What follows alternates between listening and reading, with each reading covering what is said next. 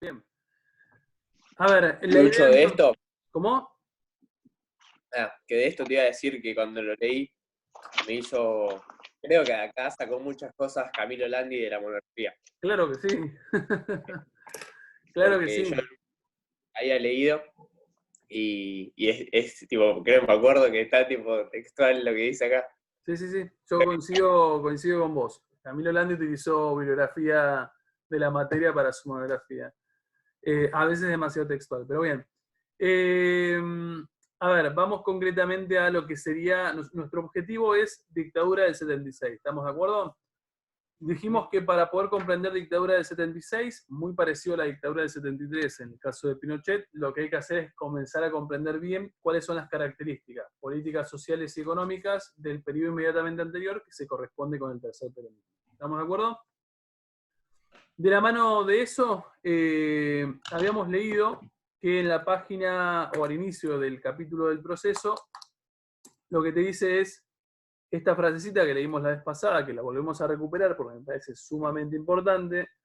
Dice, el caos económico de 1975, la crisis de autoridad, las luchas facciosas y la muerte presente cotidianamente, la acción espectacular de las organizaciones guerrilleras, el terror sembrado por la Alianza Anticomunista Argentina, todo ello creó las condiciones para la aceptación de un golpe de Estado que prometía restablecer el orden y asegurar el monopolio estatal de la fuerza. A ver, esta frase que dice poco desde el punto de vista explicativo, porque en realidad presupone que uno ya sabe lo que pasó antes, en realidad nos dice un montón, digamos, nos sintetiza muy bien las causas por las cuales se llega al proceso del 76.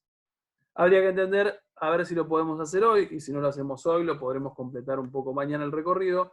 Tendríamos que comprender qué implica ese caos económico, qué implica esa crisis de autoridad y qué implica esas luchas facciosas, bla, bla, bla, para poder comprender qué es lo que viene a ser la dictadura del 76.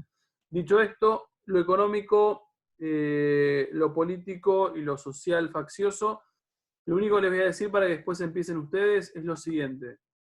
Cuando hablamos de el último peronismo, cuando hablamos de este peronismo que se origina en el 73 y que termina con un golpe de Estado en el 76, lo que hay que marcar es una especie de antes y después que se da el 1 de julio del 74. ¿Estamos?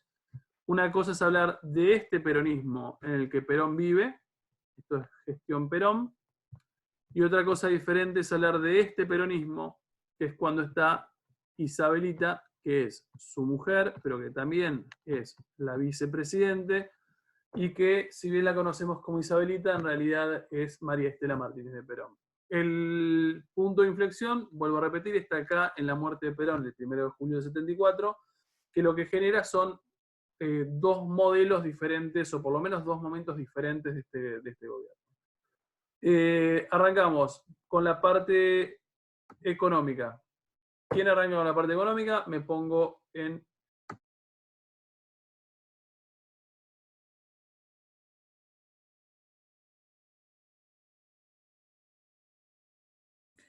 Que, bueno, sí, que primero cuando asumió Perón, o sea, como que volvió otra vez, bueno, él tenía las tres bases, que era lo económico, lo político, lo social, y en la parte económica volvió otra vez a las medidas intervencionistas, o sea, al aumento del mercado interno, Interno. justamente, eh, aumento de las exportaciones, los ingresos al sector obrero. También había una cosita, pero bien mínima, que decía como que provocó conflictos con el sector agrario porque quería expropiar las tierras que todavía no estaban cultivadas, y eso lo que lleva es una contra del sector agrario.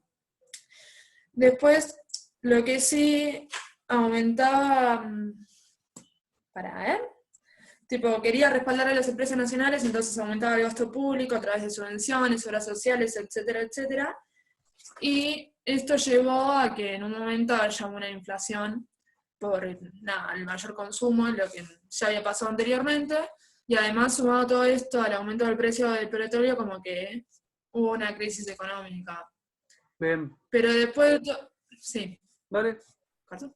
Sí, sí, sí, sí. Pero después de todo esto fue cuando, tipo, o sea, esta crisis se fue más o menos a fines del 73 y entre el 74, y cuando murió retomó el poder isabelita y retomó todas las consecuencias de esto. Entonces, ella lo que hizo a partir de la crisis, convocó a las paritarias, y después de eso se fue todo porque pasó el Rodrigazo, que pasó una crisis a partir de la decisión del ministro de Economía de la devaluación al 100%, el aumento de las tarifas y los combustibles, y empezaron a haber paros generales porque los trabajadores querían aumento de salarios y Isabelita no aprobaba esto, entonces hubo toda una crisis. Y bueno, Bien, pará, así, bien antes de que resumido. sigas, estás muy, muy ubicada. Vamos de vuelta acá. Borramos esto y nos quedamos. A ver, modelo económico peronista, repito, tengamos siempre presente que es el pre y el post. ¿Estamos? El primer momento peronista tiene unas características, el segundo momento, sin Perón, tiene otras.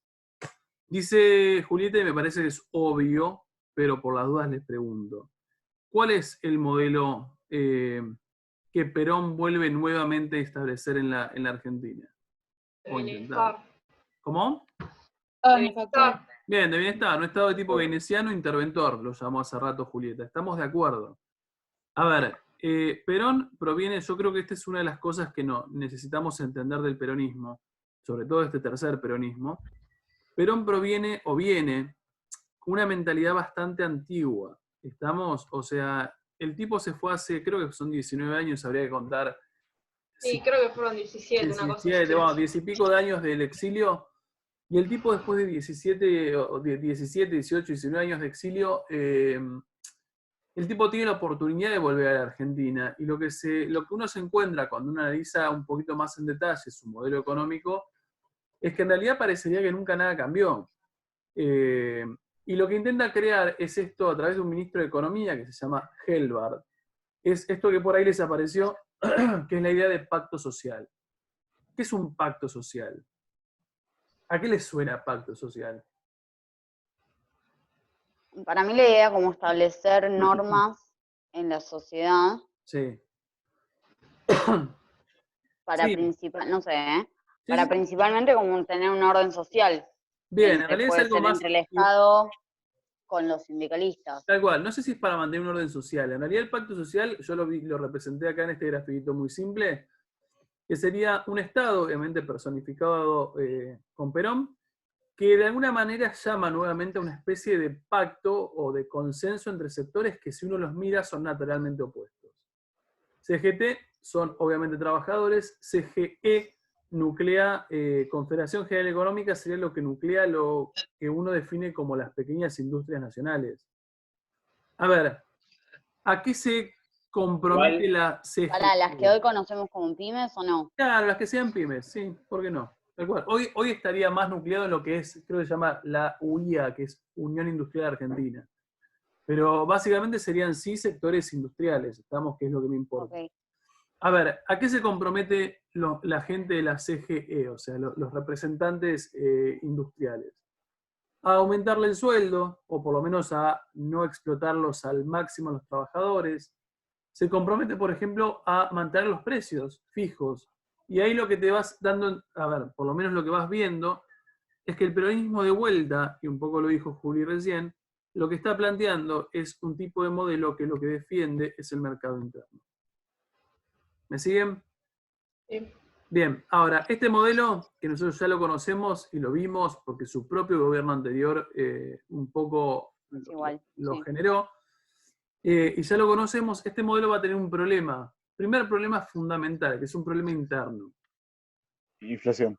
No, bueno, sí, este es verdad, es un modelo inflacionario, es verdad, pero digo, es un modelo, por ahí Y que pone en contra a un grupo.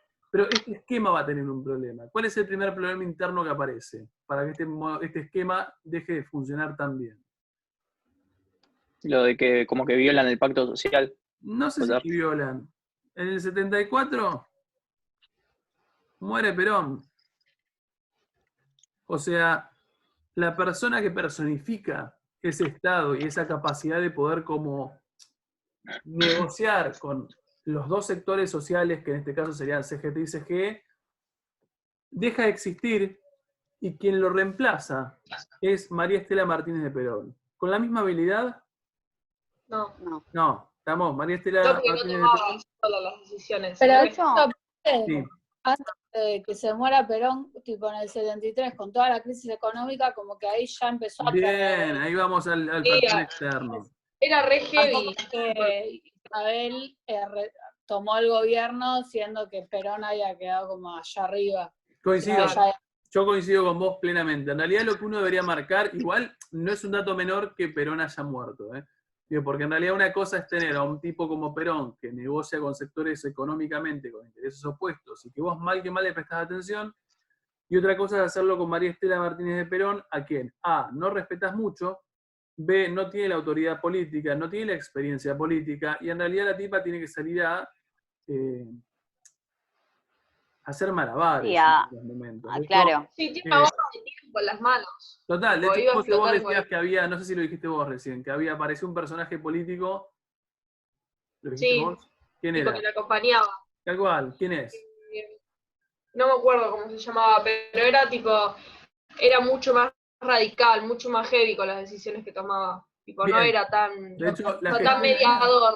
la gestión de María Estela Martínez de Perón está marcada porque generalmente quien toma muchas decisiones, o se considera que muchas decisiones son tomadas por López Rega, que es Ahí en está. este caso como el segundo, o la persona realmente, o sea, es como la persona al mando sin estar al mando, siempre pensando que en realidad Isabelita no es una tipa políticamente preparada, pero no lo es, a ver, con esto no estoy queriendo decir que la tipa era una tonta, ¿eh? Estoy diciendo que en realidad la tipa no era política y que en realidad se encontró en una situación que Sí, no que no buscó. supo manejar porque no tenía Claro. los conocimientos previos, tipo, no Totalmente. Y que tampoco. estaba dentro de la política más que ser la esposa Exactamente. de. A ver, y que era la esposa de, que eso la marcaba para estar en la política, y la realidad es que nunca vas a pensar que vos vas a estar al mando para que al año se te muera tu marido. O sea, eso es una pavada, pero es real. Pero sí es verdad, más allá de esta figura política, de este triángulo de estructura que les estoy marcando, que deja de estar, lo cierto, y un poco lo dice Lara y me parece fundamental, el contexto externo te obliga a replantear un poco este pacto social, porque la crisis del petróleo, que nosotros ya vimos y que Willy hace mucho tiempo atrás la explicó, lo que te genera es que un par de estas cosas que los diferentes sectores se comprometieron a hacer no puedan ser hechos. Ejemplo, si la CGE, que era la estructura industrial, se compromete a congelar precios para que los trabajadores puedan consumir, la CGE, en el contexto de la crisis del petróleo, deja de tener esa posibilidad. ¿Por qué no puede congelar precios? ¿Porque son malos y desestabilizadores? No, porque no les da ganancia, no les No. conviene, no funciona. Ahí está, porque es imposible congelar precios cuando tenés una crisis del petróleo que te genera un aumento del precio del petróleo de a veces 300 o 400, vamos a ver 500%, no sé bien cuál es el porcentaje que aumentó.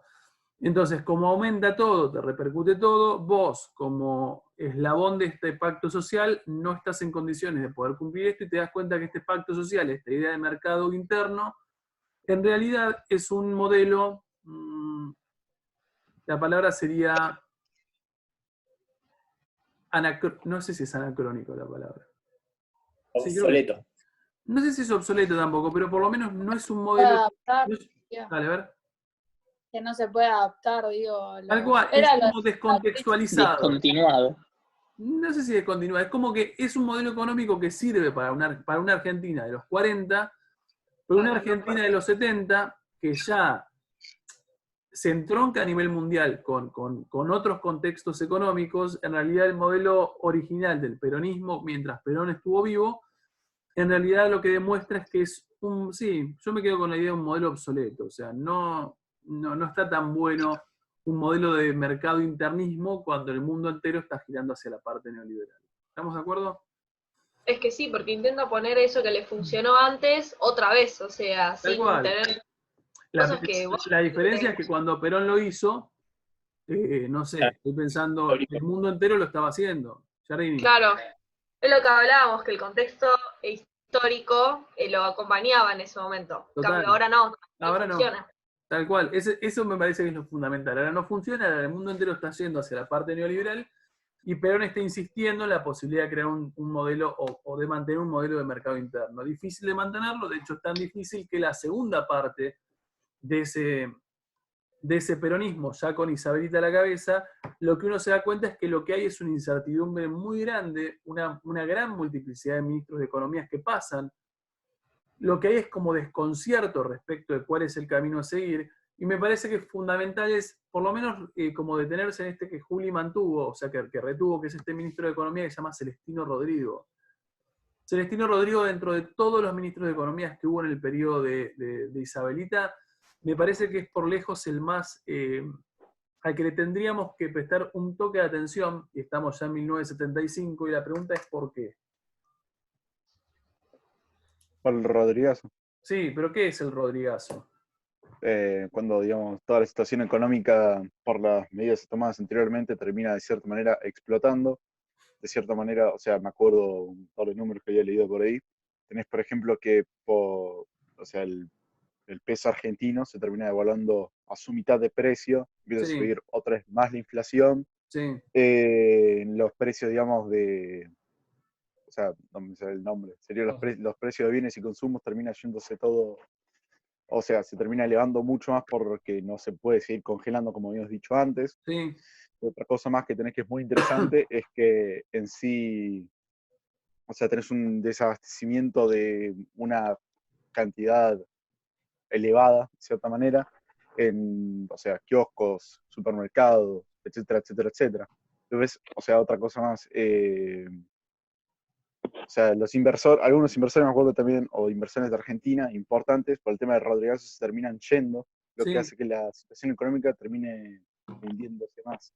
Coincido. Te hago una pregunta, Alejo, vos que lo estás planteando. Yo coincido con todo lo que vos decís. De hecho, el Rodrigazo también es una especie de política de shock. Lo que me interesa puntualmente del Rodrigazo es ¿a qué perfil económico corresponden las medidas económicas de Rodrigo? ¿A vos o cualquiera? Benefactor. Liberal. ¿Cómo es? Benefactor no es. Ok, bueno, Para mí es liberal. Bien, a ver, Lara, vos lo planteaste y me parece que está bien. A ver, Celestino Rodrigo es el primer ejemplo de políticas económicas de corte neoliberal en territorio argentino. Hay una experiencia, a ver, por eso se lo considera una política de shock. O sea, lo que él implementa es un montón de recortes o empieza a desentenderse de un montón de cuestiones que consideran que ahora tienen que ser como reguladas por el mercado. Y del caso, a ver, de la experiencia de Celestino Rodrigo, nos tiene que quedar algo muy claro a nosotros. ¿Qué aprendieron los economistas por ahí más ligados al neoliberalismo en Argentina como consecuencia de Celestino Rodrigo? ¿Qué aprendieron? Como que no le convenía estar tan relacionados con el Estado de alguna manera. Sí, eso seguro, porque eso es lo que cualquier economista neoliberal lo pensaría, digo. Pero la pregunta es, a nivel, ¿cuál es la consecuencia inmediata del Rodrigazo? A nivel social. Movilización y paro. Movilización y paro. A ver, a Celestino Rodrigo... Porque piden paritarias, ¿no? Tal cual, por un montón de cosas. Piden paritarias, piden alimentos un poco más accesibles, piden un montón de cosas. A ver, a mí lo que me importa es, como consecuencia de las medidas del Rodrigazo, lo que uno ve es que hay se detona un proceso de movilización social gigantesco, que lo que le marca en primer lugar es el corto tiempo que Celestino Rodrigo va a gestionar. O sea, en realidad le marcaron el límite a este ministro de Economía, y como le marcaron el límite a este ministro de Economía, yo creo que en realidad hay una especie de aprendizaje, esto no lo dice Romero, lo digo yo. Digo, hay una especie de aprendizaje por parte de quienes son economistas neoliberales cuando ven la experiencia de Rodrigo. Cuando se dan cuenta que Celestino Rodrigo toma medidas de shock, toma medidas neoliberales y que genera un nivel de movilización social gigante, que de última hasta se lo llevan puesto al propio Celestino Rodrigo, empieza a haber como una especie de consenso generalizado respecto de qué cosa, que después lo vamos a ver en dictadura. Eso era lo de Martínez de Oz, que habíamos visto, Sí, que Martínez era de Oz, como sí. que... Y también lo de la dictadura de Pinochet, que a través de la... O sea, como se dan cuenta que la gente tiene tanto poder en las decisiones del gobierno, la dictadura, o sea, no justificándolo, pero tipo, uno de sus ideales es, bueno, si implementamos dictadura, va a haber represión, la gente no se puede mover, hacemos las medidas que nosotros queremos. Impecable. A ver, básicamente lo que me importa, que Juli lo saca bien, es esta idea de empezar a comprender que en realidad las políticas neoliberales vienen de la mano de una dictadura. O sea, vos necesitas una mano represiva que ponga freno a cualquier intento de levantarse contra este conjunto de medidas que sí van a ser durísimas, que sí van a generar ese nivel de malestar, pero que vos al hacerlo ahora de la mano de Martínez de Oz y una dictadura, te vas a, de alguna manera, como resguardar y vas a poder tomarlas, obviamente a costa de la vida de un montón de miles de personas, ¿no? Digo, que van a ser las que van a enfrentar esa represión del Estado. ¿Me siguen? A ver, lo interesante de ver de la situación es que en realidad, incluso previo a dictadura, uno ya puede ver que existe un consenso, por lo menos un conjunto de economistas argentinas, Celestino Rodrigo es un buen ejemplo, que ya están tirados a la derecha, económicamente hablando. ¿Qué sería estar tirados a la derecha económicamente hablando? Modelo más liberal. Modelo neoliberal. ¿Qué quiere decir? Previo a dictadura, en realidad ya habría ciertos sectores económicos argentinos que se están dando cuenta que el mundo está girando hacia la parte neoliberal y que nosotros difícilmente podamos hacer algo diferente. ¿Estamos de acuerdo hasta acá? Entonces, sí, Giardini. Nada, que sí estoy de acuerdo, pero te iba a agregar antes que Dale. movilizaciones y todo, que con todas las protestas que había, después cuando se acercaban volvía como la parte de bombero piromaníaco de 1945, porque cuando se solucionaban las cosas siempre volvían como a Perón, digamos. Sí, el problema es que ya no está Perón. O sea, para el contexto Claro. del 75, Perón desapareció. Ojo, igual a mí me sirve esto. A ver, también me parece que cuando uno marca un antes y un después a nivel político, por ejemplo, la partecita esta que leíamos hace ratito creo que dice crisis de autoridad, si no me equivoco. Y un poco es eso, a ver, sí, creo que dice, lo llama crisis, al principio del proceso, dice, sí, el caos económico de 1975, está haciendo referencia en este caso a todo lo que es post Perón el vivo y está haciendo referencia a Rodríguez. La crisis de autoridad. A ver, yo no sé si, porque el planteo que vos haces, Nico, por ahí te habla de un Perón, o Romero lo plantea como un Perón muy hábil, cuando le hace esta idea de bombero piromaníaco. Y acá lo que vos te encontrás es que en realidad quien sucede a Perón no es muy hábil. En realidad no es muy capaz, no tiene experiencia y de hecho su experiencia va a ser como utilizada, y es un poco lo que decíamos, para que recién José lo rescataba, esta idea de decir, es como producto de esa inexperiencia de Isabelita, muchos sectores van a empezar como a ver en López Rega en realidad el factor de poder en serio. Y en realidad eso para un presidente es terrible, digo. Si a vos te están diciendo, no sé, lo pienso, aunque Alberto nos está demostrando lo contrario, digo, pero cuando ganó Alberto, que te decían, che, es Alberto, pero el poder lo tiene Cristina. Para vos como presidente debe ser terrible que todo el mundo alimente esta idea de que vos sos un títere. Y progresivamente, lo pienso en el caso de Isabelita, digo, esto te tiende como a corroer aún más el poder, ¿no? Digo, si toda la gente comienza a suponer que vos simplemente sos un títere y que sos ineficiente, es mucho más fácil como para voltearte. Lo último que me interesa, no puede ser, ya pasó media hora. A ver, lo último que me interesa, la parte de facciones. ¿Vieron el videito? ¿No vieron ¿Alguien vio el videito? ¿Nadie vio el videito? ¿Cuál era? No sé de qué Yo vi uno videito de hablas. Canal Encuentro que está buenísimo, así que después se los paso. Es uno Que de... es ¿Vos lo viste? zarpado. No, tipo, lo encontré yo. Está, ese Capaz que pasalo. estaba y nunca me di cuenta. Está bueno. O sea, ¿el videito no lo vio nadie? Pero el video es el que da el discurso Perón. Sí, ¿lo viste? ¿Cuál? ¿El de que está en la Plaza de Mayo? ¿Qué Que tal la bardea a un Plaza de Mayo? grupo. Literalmente 2 meses antes de que él muera. Dale, Willy, contanos. Empezó, igual estaba bastante Es muy aclamado en el momento. ¿Bastante? Aclamado, como que la gente en sí respondía Pero es bien. Perón, todavía. El problema es que es Perón. Mientras está Perón, no es tan problemático No todo. importa. O sea, en el video está Perón en el balcón, hablando a las masas, digamos, estaba, no es despreciando, ¿cómo se diría?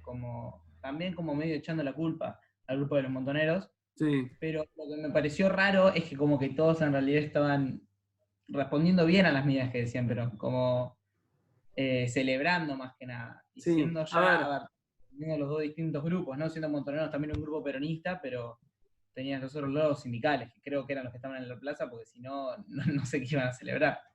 Porque si no- Sí, pero en bien. un momento le A ver, dice, el video que dense le cuenta de subí, los que están gritando por allá, tipo, como que los bardea.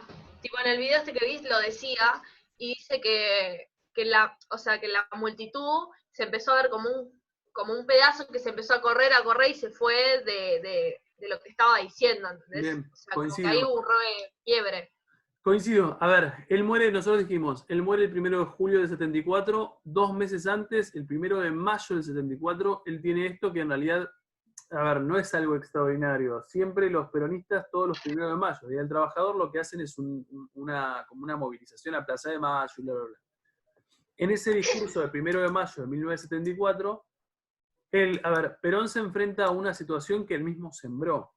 Lo que tenés es facciones montoneras y facciones sindicalistas, o lo que se considera la vieja guardia sindical, que están ahí presentes en el discurso de él. Y lo que él termina haciendo, después lo miran, una vez que yo se los explico, lo miran después tranquilos, son 2-3 minutos, lo que él termina diciendo, a ver, se considera que ese es el momento en el que él, ya presidente, desambigua el discurso. Estamos, o sea, él ya no puede seguir jugando con montoneros y con la estructura sindical, porque en realidad ya está gobernando y porque los dos están buscando cosas diferentes que haga Perón. ¿Qué decía Giardini? Y ahí es cuando los deja de lado a Montoneros. Literalmente. Ese es el momento donde vos lo ves, después mírenlo tranquilamente y después lo seguimos mañana. Ese es el momento literal en donde vos ves que Perón lo que dice es, no me lo acuerdo textual, pero lo que dice es algo así como, él toma postura por la estructura sindical, los felicita por haber sido leales durante todos esos años que él no estuvo, y lo que él termina diciendo algo así como, y ahora resulta que un grupo de imberbes, haciendo referencia a Montoneros, como un grupo de giles, como que planean tener mucho más peso o mucho más lealtad que la que ustedes, la estructura sindical, tuvo para conmigo. Entonces, el tipo termina ofendiendo explícitamente a Montoneros, que está ahí también en la plaza, y lo que dice, José, está buenísimo, porque tal cual es así, lo que vos tenés, o lo que te cuentan los testimonios de época, es que así como los ofende, de esa misma forma, lo que hace Montoneros es retirarse de la plaza. Entonces, mientras él sigue hablando, tenés filas de montoneros atrás de Plaza de Mayo que se están yendo porque obviamente los acaba de ofender. Y es ahí donde uno empieza a notar como esto que dice Romero, o sea, las luchas facciosas. Montoneros va a empezar como a desentenderse, no tanto de Perón, porque no puede desentenderse de Perón, pero Montoneros va a comenzar a hacer, desde el 74 en adelante, un obstáculo para el peronismo. No para Perón en sí, porque en realidad no se pueden desentender de Perón porque es su líder, pero sí va a ser un obstáculo para la propia gestión. De hecho, en la cabeza de Montoneros no es posible entender que Perón les haya hecho lo que les hizo, y lo que empieza a circular entre la estructura de Montoneros es que en realidad Perón está siendo muy mal influido por la estructura sindical. Entonces, Sí, aparte porque también dale. tenía un grupo, no me acuerdo si eran senadores o en diputados que tipo le decían, o sea, fíjate porque estos son todos más de la revolución, más socialista, y le dicen así, no va, porque, o sea, lo que vos estás presentando es un modelo totalmente capitalista, o sea, más allá de que sea de bienestar, es capitalista. Coincido. Y quieras o no puede funcionar. No convive, y de hecho, uno de los datos que por eso habla de la lucha de facciones es que Montoneros, los líderes montoneros, van a empezar a acusar a estos sindicalistas de llenarle la cabeza, porque es más Matan a un fácil. par. Es que es más fácil ¿Puede ser? admitir que de repente le llenan la cabeza y no decir que es algo de Perón, porque es un poco más sencillo también para entenderlo en la cabeza de Montoneros.